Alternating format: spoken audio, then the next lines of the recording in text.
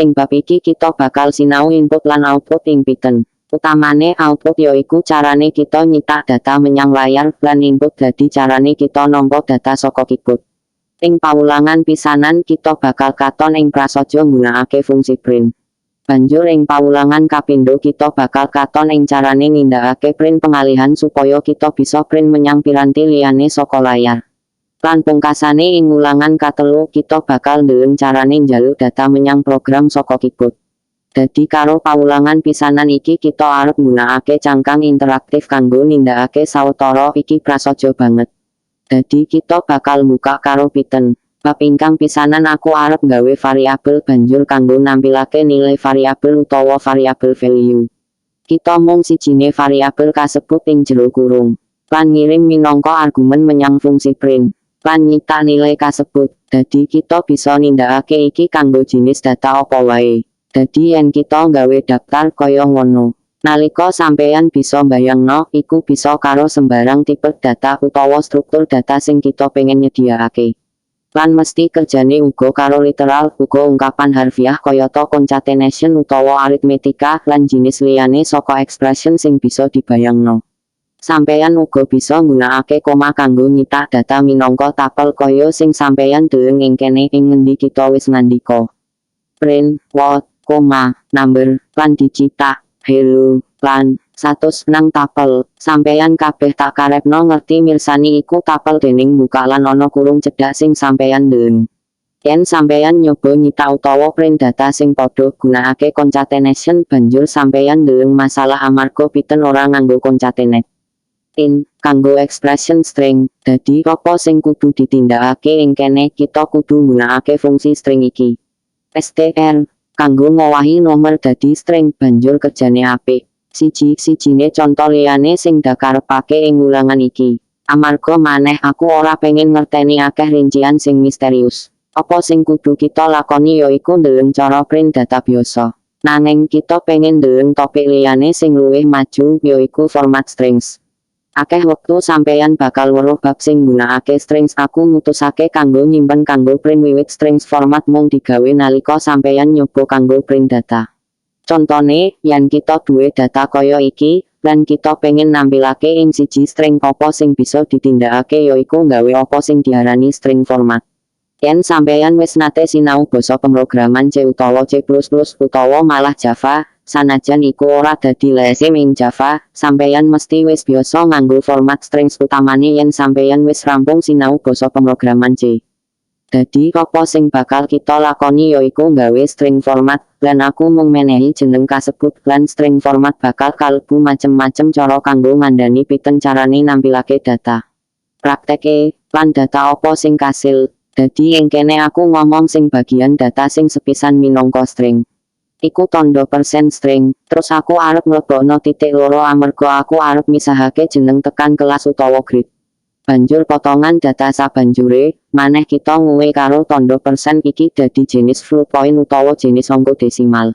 Aku arep kanggo nampilake rong panggonan desimal. Dadi sampeyan ndeleng, persen point, nganggo, loro F, iku nomor floating point lan kita pengen nampilake rong titik desimal. Lan iku kabeh nganggo string, supaya kita mandek ing kono. Banjur aku nggunakake tandha persen, banjur aku ngomong data apa kang arep disediani. Name lan grade, lan banjur record, banjur yen aku ngandika print record, banjur print data sing nggunakake string format. Format strings bisa dadi luwih akeh lan kompleks tinimbang iki. Aku pengen kanggo nuduhake sampeyan contoh paling gampang, lan sampeyan mesti bisa pindah menyang dokumentasi Python yen sampeyan pengen ndeleng contoh liyane carane format strings sing luwih canggih.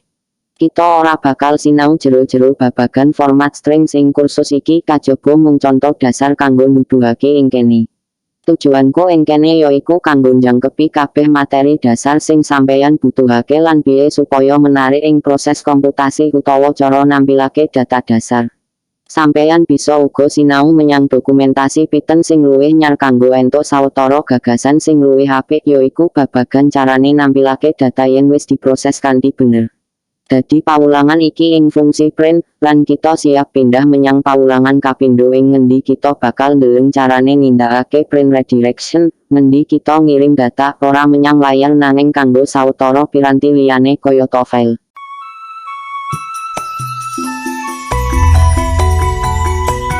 Ing piulangan iki kita bakal weruh carane pangalihan print saka layar menyang file.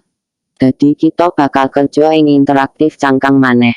Mula ayo buka komen prompt lan ngetik Python sabanjure. Dadi ing ulangan pungkasan, kita weruh yen nyetak menyang layar. Kita nggunakake fungsi print lan data sing arep dicithak ing jero kurung minangka argumen kanggo fungsi kasebut. Cara primitif kanggo nindakake fungsi sing padha kanggo ngimpor perpustakaan SIS utawa biasa disebut SIS library. Kita iki durung ngomong babagan impor library. Nanging kaya basa pemrograman sing modern Python duweni seri perpustakaan utawa library kang nggawa fungsi sing bisa ditambahake menyang struktur basa fundamental utawa basa dasar. Kanthi nindakake iki, basa Python kang kita gunakake tetep prasaja utawa simpel. Basa pemrograman inti kang simpel, sing nambah efisiensi lan produktivitas basa Python. Banjur kita butuh fungsi tambahan, kita mung ngimpor library sing dibutuhake. Supaya kanggo ndeleng carane fungsi print kita wis ngimpor library SIS. Kanggo njaluk ing salah siji objek library standar, banjur duweni fungsi sing bener. Ing kasus iki kita pengen gawe baris anyar kanggo nulis data menyang layar. Dadi fungsi print mung cara sing luwih gampang kanggo ngimpor SIS. Ketik sys.standard lan out.write, banjur data sing pengen ditulis menyang layar. Nanging kanthi pikiran iki kita bisa nemtokake maneh. Standar metu utawa standar out iku mung kanthi gawan menyang layar. Nanging kita bisa nemtokake maneh. Kita nindakake kanthi ngrujuk objek kasebut minangka standar lan banjur buka file sing pengin digunakake. Dadi kita bakal ngomong, kita bakal nyeluk iki text.dat lan kita bakal buka iki kanggo nambah. Dadi saiki nalika kita ngetik print hello, iku bakal ora print apa-apa ing layar. Lan yen kita metu saka cangkang lan ngetik kanggo nyeluk file, gunakake perintah DOS, kita bakal weruh yen teks kita hello ketulis menyang file tinimbang layar. Lan saben wektu liyane kita gunakake perintah print ing sesi kasebut, banjur bakal ngirim output kasebut menyang file kasebut.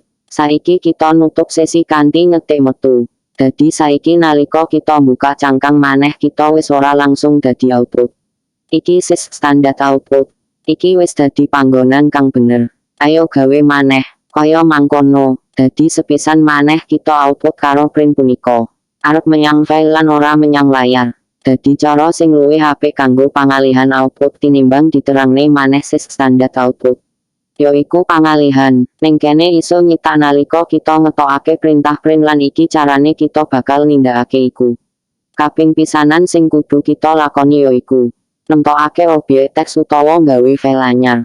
Buka kanggo mandek sawetara lan banjur data apa wae sing arep kita cetak menyang file sing arep kita gunakake print banjur pangalihan gunakake double tanda luwih saka liwat file teks banjur apa wae teks kang kita arep kanggo sediani saiki. Banjur yen aku ngomong print, supaya saiki fungsi print versi standar print menyang layar, lan nalika kita arep kanggo print menyang file kita pangalihan gunakake operator pangalihan. Ketik pindho, tanda luwih saka, lan ngomong njupuk data argumen kapindho lan ngirim menyang file. Dadi cara sing luwih apik kanggo gawe print pangalihan ing Python. Dadi kaya ngono, mangkene carane sampeyan ngarahake print nalika sampeyan ora pengin nyetak menyang layar. Lan rampung paulangan iki lan kita siap pindah menyang paulangan pungkasan bab ngendi kita bakal ngrembug carane njaluk input saka keyboard menyang program Python kita. Matur nuwun sampun mirsani video tutorial kula. Aja lali jempole, subscribe, lan share channel iki nang kanca lan dulur-dulur kabeh.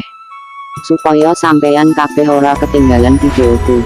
Yoiku sinau ilmu komputer nganggo pengantar basa Jawa. Ben padha pinter babagan ilmu komputer.